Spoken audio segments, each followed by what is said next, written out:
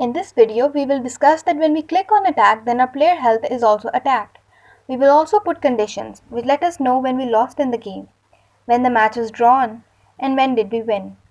Here I have taken a const of monster attack health and have given the value 14. Then in attack handler, I have taken a const variable of player damage and is called that in deal player damage. Here I have passed a parameter of monster attack value in which the value is 14, so 14 is being passed.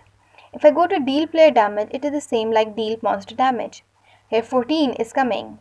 I have taken a random value and have multiplied it with 14. It has gone in dealt damage. It is deducting player health bar value in and is returning to dealt damage. It is same like monster health damage. Here I have passed 14. There we passed 10. In player damage, the value will come and current player health, where we gave the value of 100, will be deducted from player damage.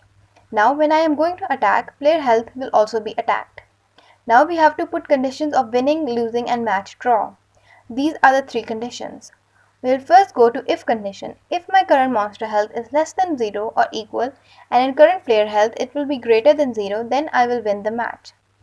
If this condition does not work, then at else if the current player health will be less than 0 and current monster player health will be greater than 0.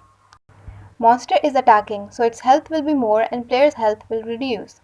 The match will draw when both have 0 value. We can check this here. If I attack, then I have lost because player's health is 0 and monster health is greater. I have lost the game here. Now I am going to attack it again. The value is 0, so the match is draw. We have put these conditions. I will win when my health will increase and monster's health will decrease.